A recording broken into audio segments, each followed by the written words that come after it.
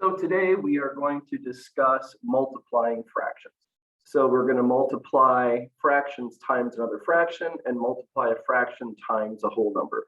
Let's start with multiplying a fraction times a whole number. So let's look at this second problem, 3 times 1/9. Let's just think about what that is.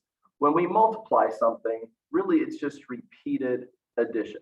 If we had the multiplication fact 3 times 2, you could do 2 plus 2 plus 2. You have 3 2's added together, 3 times 2. Same thing here, 3 times 1/9. Let's just look at what it kind of means. So that means I have 1/9 plus 1/9 plus 1/9. Okay, that's what multiplication means. And we know how to add fractions with like denominators. So all we are doing is multiplying or adding the numerators. We get 3/9. And when we simplify that, we get 1/3. Okay, we know that this happens. Okay, so let's look at it from a multiplication standpoint. What we can do is we can change any whole number into an improper fraction by putting a denominator of 1 underneath it. So this one right here, 3, can be changed to 3 over 1. And then we multiply times 1/9. Now here's the great part about multiplication. You don't have to get a common denominator. You just multiply straight across. So you multiply the numerators together, 3 times 1, and then you multiply the denominators together, 1 times 9. So 3 times 1 is 3, 1 times 9 is 9, and it looks like we get the same answer. Okay, let's go back up to this problem up here, 5 times 1/8. We're going to do it the same way. So 5, we are going to convert to 5 over 1. Multiply times 1/8. We don't have to get a common denominator. Let's just multiply straight across. 5 times 1 in the numerator, 1 times 8 in the denominator, and we get 5/8. And that is already in simplest form. Now let's look at this third one.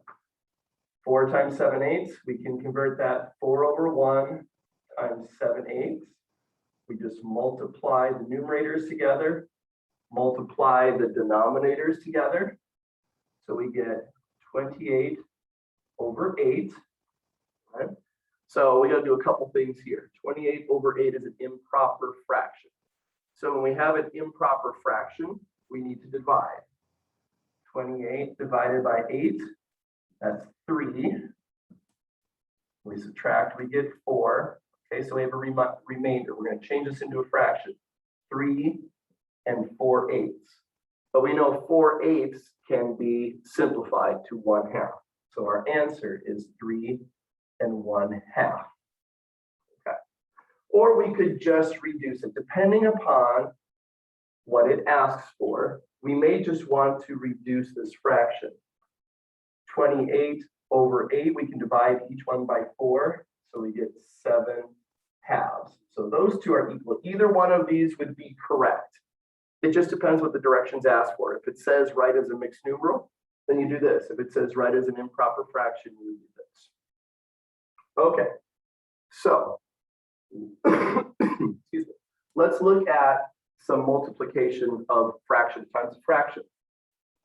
So as we did right over here, we do not have to get common denominators. We just multiply straight across. This is one way to do this. 1 times 3 in the numerator, 3 times 5 in the denominator.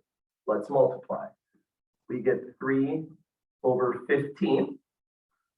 Now we know that that is not in simplest form because we can divide both of these by 3. So we get 1 over 5. All right. Now here's another way. If simplifying at the end is kind of difficult for you, I'm going to show you a couple different ways to simplify before we multiply. So what we can do, here we have 6/7 times 2/3. So we have 6 times 2 in the numerator, 7 times 3 in the denominator. What we can do is we can check to see if any of these can be simplified already. We could do it by maybe writing out the prime factorization. 6 is 2 times 3, and then there's the 2, and then 7 times 3. When we have all multiplication in the numerator and the denominator, if we see a common factor, we can divide those out, make those ones. 3 divided by 3, that's just 1. Now we can multiply across. 2 times 2 is 4, 7 times 1 is 7. All right, let's do 9/10 times 1. We're going to do it 2 different ways. First, we're going to do it the way that we did up here. We're just going to multiply straight across. 9 times 1 in the numerator, 10 times 3 in the denominator, we get 9/30. Okay, it's kind of a weird one. Some of you may recognize right away, I can divide both of those by 3. So if I do that, 9 divided by 3 is 3, 30 divided by 3 is 10. Okay, so my answer is 3/10. Here is the shortcut of how to do this or this or this. Okay, if I'm multiplying fractions together, and the key is multiplying, not adding, not subtracting, multiplying. Okay, I notice already that 9 and 3 have a common factor of 3. I'm going to divide each one of those by 3. So I'm going to cross them out and put what I got. So 3 divided by 3 is 1. 9 divided by 3 is 3. I don't notice any other common factors in here. So now I have 3 times 1 is 3. 10 times 1 is 10. So there is how to multiply fractions by another fraction or fractions by a whole number.